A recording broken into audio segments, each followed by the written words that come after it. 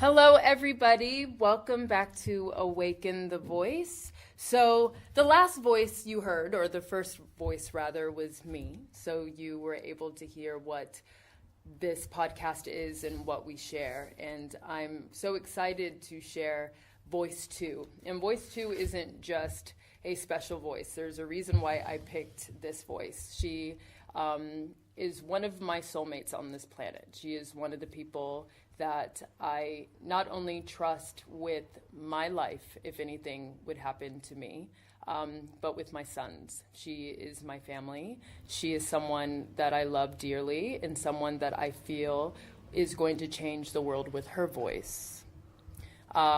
She's so powerful, and she doesn't realize how powerful she is. And she's literally looking at me with this face. Because her presence is so important, and I don't think she's realized how important it is, and she will continue to learn how special she is.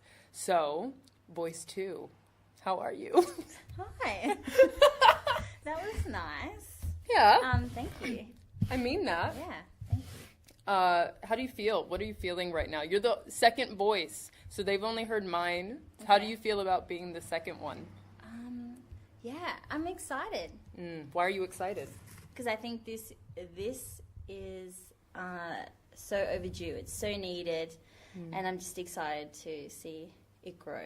Yeah, and I think even the topics for our teens and our women and our men, like it's vital for kind of survival in this day and age. Oh, for sure. This is it. Yeah, this is how we connect. And your topic and what we're sharing, your voice today, is it's a tough matter. So for parents that are listening and teenagers, this conversation, which our topic is self-harm today. So self-harm is huge, isn't it? Yeah. A lot bigger than I think people realize. Yeah, definitely. Yeah, so massive.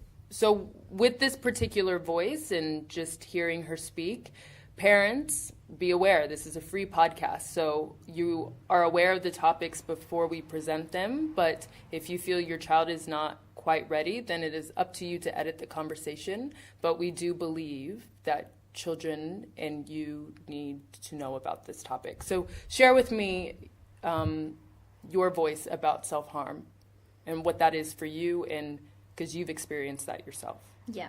So tell me your story. From the beginning? Oh, yeah. Oh, we're going back. Back in the day. Back in the day. I had a very normal childhood. There was nothing wrong with my childhood. It was great. And then I woke up one day. I was 12 years old, and I remember it clearly. I woke up and I was like, I'm not okay anymore. Just today. That was the first time I ever felt like that. And from that moment onwards, I couldn't escape this overwhelming feeling of all feelings. Like, whether it be joy, happiness, sadness, excitement, it was all too much. Like, every feeling was too much. Where do you think that came from? Or do you even know? I'm not sure. I don't know. There was no trigger at that point. Okay. I just woke up and felt like that. Wow. Yeah. I remember sitting at the table thinking, I am different today. I've changed. Wow. And I just have never been how I was before. Wow. So what happened with that? So when you woke up like that with your family and your parents, what was that shift like for them? I hid that from them. I mean, they knew, obviously, that something was different, because I was all of a sudden, I didn't want to cuddle my parents. I didn't want to give them a kiss or, hello or goodbye. I stopped everything. I didn't talk. I literally went mute all over again. Yeah. And my friends, on that same day, I walked to the bus stop that morning to go to school, and they said, "What's wrong with you?" And I hadn't said a word. They knew. They could feel it. And I was like, I don't know, but I'm not okay. And that was the last day, I was a good friend also. How did that feel in your body? Like, how do you remember that feeling? Because maybe you're not able to put words to what that was, but how did it feel? Like, I was so heavy, I couldn't move.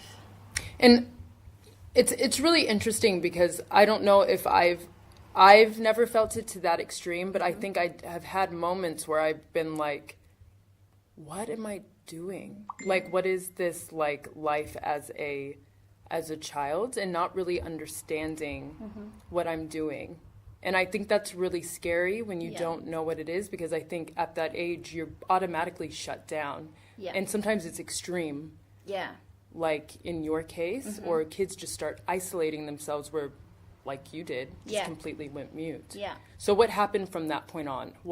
How did you have to keep Well, I didn't dealing? really know about, there wasn't, self-harm wasn't something I even knew about. I didn't know people had done that before me. But Then how did you know to even do that? I needed something, and it just happened. And it was the tiniest little scratch. It was barely anything, but I was also like, that's what I needed. And then I felt better, which was scary because I knew that. As an adult, looking back on that now, what would you have done differently? Because a lot of kids are dealing with this and having that same feeling that, wow, this makes me feel something. Because I think that's what's happening right now is a lot of these teenagers, they feel nothing. Yeah. They feel nothing. So it's like, I can see, not me personally doing it myself, but like getting tattoos. There's something about that. Yeah, it's the same. That keeps you doing it. Yeah. You know what I mean? So what would you say to your young voice, your young self, when it came to that first time, or the second, or the third, or the 20th? Like, what would you say to yourself now? I wish I had just really demanded someone to listen and not just go, okay, yeah, you're feeling sad today, but really sit them down and say, no, I am not okay. And you need to help me now, not tomorrow. And I didn't get that because it was never taken seriously. So when it came to your parents, do you think it was fear-based? Definitely. My mom's scared. Is she still scared? Yeah. Yeah. Every day. My dad, he doesn't talk about it, but he's probably like, it would kill him alive. Like, it would just eat him. Wow. As a kid. And like even now, it's like you can see like it changed them, which is sad. And it's, but it's interesting too, because I've been in situations myself where I've observed parents knowing there's a problem, but instead of facing it head on, your children, you know what I mean? So it's not as a child, and me looking back as a child, it is not our responsibility to know how to cope. Yeah. And I think parents get scared, especially with those intense situations of, how do I do this without my child hating me? Yeah. Because I think that's where the fear is. Like, they're going to hurt themselves more, or something's going to happen. But are you trying to say that with you wish you would have been like, listen, this shit's like, real. This is actually not good.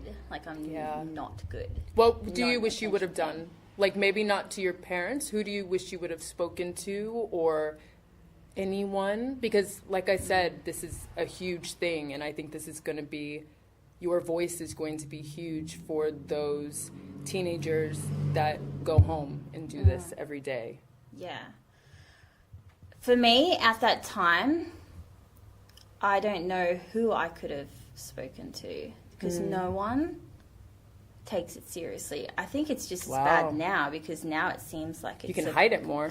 Yeah, but now it seems like, I mean, you just have to listen to this conversation of other people having this talk, and they're like, they're just doing it for attention. I heard that the other day, and I was like... You can't say that. But that's and then we don't come to you. So, I mean, I go to my teachers, nothing. I go to principal, nothing. I go to the guidance counselor. She says, what happened to you? Not, How can I help you? How can I help you? Nothing happened to me. That's the thing. I need you to pay attention, though. I am so not okay, but nothing happened. And then I didn't want to deal with that. Like, they couldn't fix that. It's like self-harm has become like the taboo of rape as well. You know, it's like, well, she brought that on, or she's doing that for attention. Yeah. We need to stop with that narrative now. Definitely. Because I see it. I see it on bodies all the time. And it makes me want to say something, but I'm also scared too. And what do you think is the best approach to approach a child that you may know is going through something? Or what advice could you give our youth that are dealing with something like this? Yes, to have a voice, but like you, what if you didn't have someone to go to? Who do you recommend that they go to? Or what do you feel they should do? I think we connect to people, and they might be your mum's friend or your sister's friend's parent or someone. There's always someone that will listen. And I think I know it's a scary thing to then put that weight onto someone else. Yes. So we try not to, but that's important. We have to, because otherwise it just gets worse. It gets worse, yeah. Before you know it, you can't stop. How are you different now? Your adult voice now, how are you different from your younger voice that you would say to it now? So I don't think that feeling goes away, because it's an addiction. Right. So that's what it is. By the end of, you keep doing it, that's what it is. But as an adult, I can be in the mindset of saying, no, I just can't do it. Like, it's just not okay for me to do that. So then I distract myself. What do you distract yourself with? What do you... If I need, I will do something around the house or go somewhere. Dancing, obviously, is my big thing. But if I am so far down that distraction's not working, then I find something that hurts. Wow. For me, it's tattoos. Yes. So every time I get one, it's for a reason. It's not for fun. I feel too, and it's doing something, like going out and doing something, because I feel like there's so much isolation. Yeah. There's so much time to think. Kids have so much time to think. And for the adults that are still self-harming too, I think it's the same thing. There's so much time. If you don't have, I don't want to even use the word purpose, but just a hobby. Yeah, and you may not always love something at first, but it's like taking that step and trying something to help distract definitely yourself. Everyone needs to do something to to help just with to that. distract themselves from whether it's their reality, whatever it is. But it's a distraction. They need that.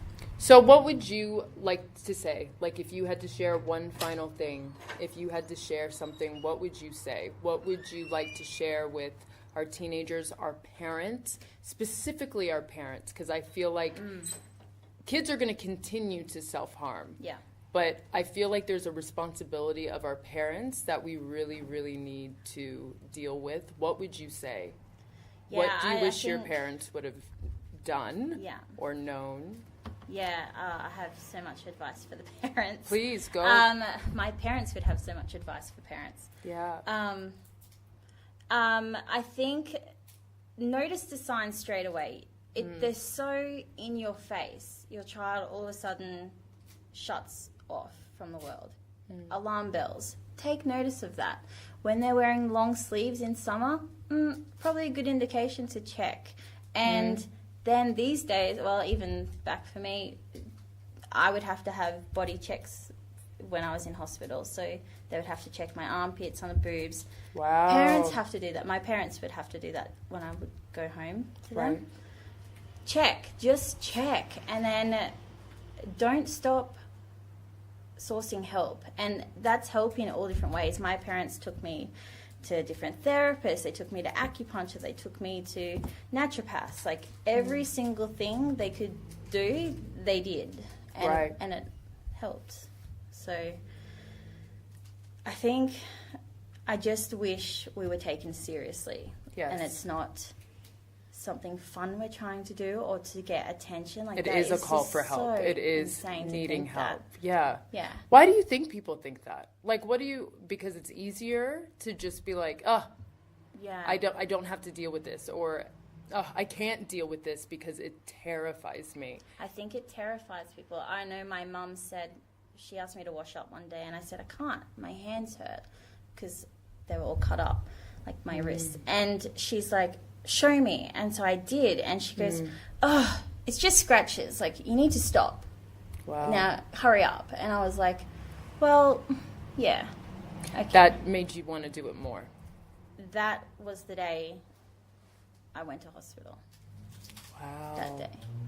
Wow. And then it went worse because I was like, well, okay, Do you What's think the she point? holds a lot of guilt for that? definitely. But it's fear.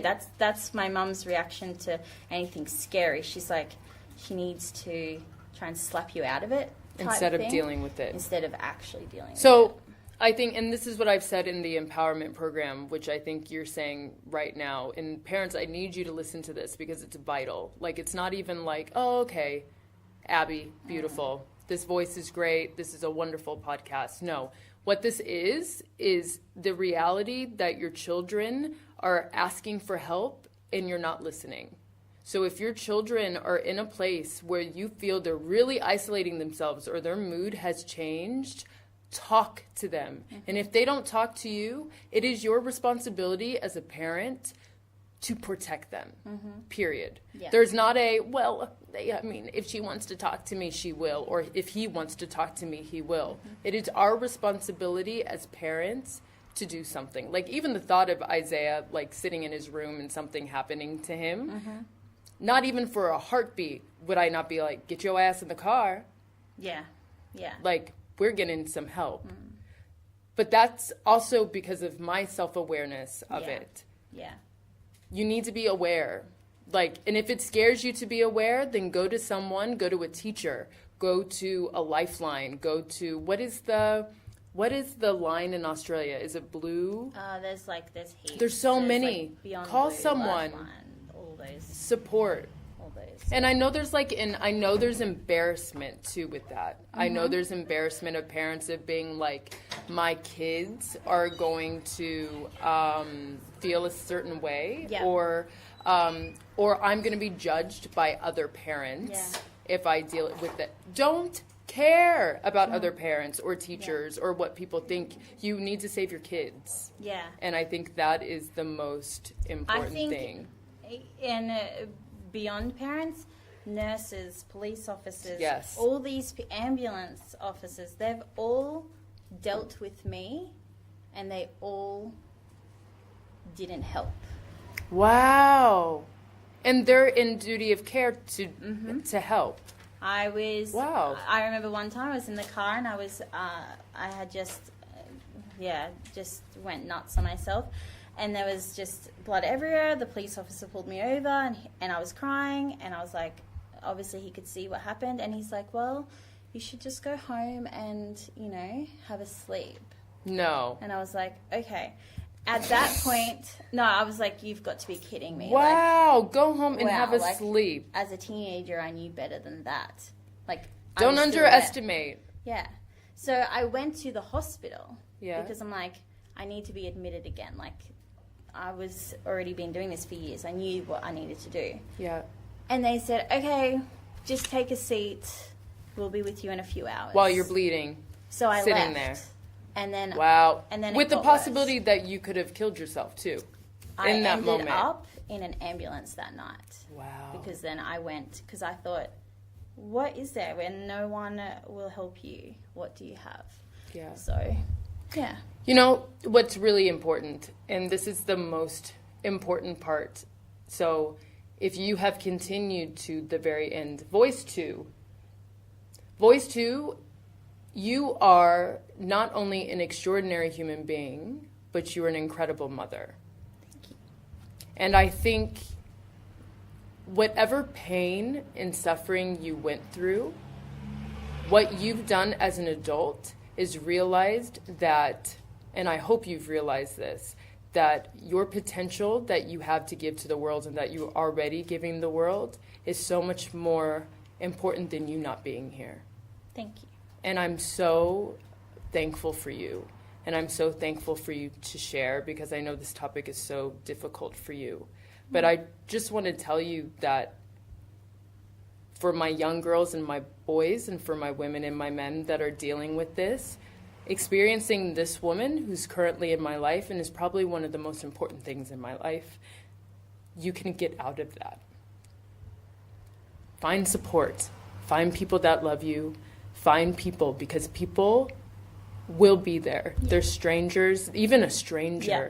There's people that always can be there. Just use your voice. That's what it's there for. Mm-hmm. And if you feel like you can't, run to someone. Run to Yeah. anybody. Anyone. Mm-hmm. I love you very much. Thank you so much. Thank you Thank you. you for sharing. If you have any questions, or if you have any interest more about this podcast, yes, it's anonymous, but we do have opportunities for you to reach out and share your thoughts and share your voice. And if this podcast on self-harm you want to share your voice, because this is such a huge, huge thing, reach out to us. Reach out to us. That's what we're here for. We're here for you to share your stories and share who you are. And trust me, it'll inspire people. It'll touch people. Be brave. I think that's the biggest thing. Be brave. Be brave. Definitely. Because your life is so important.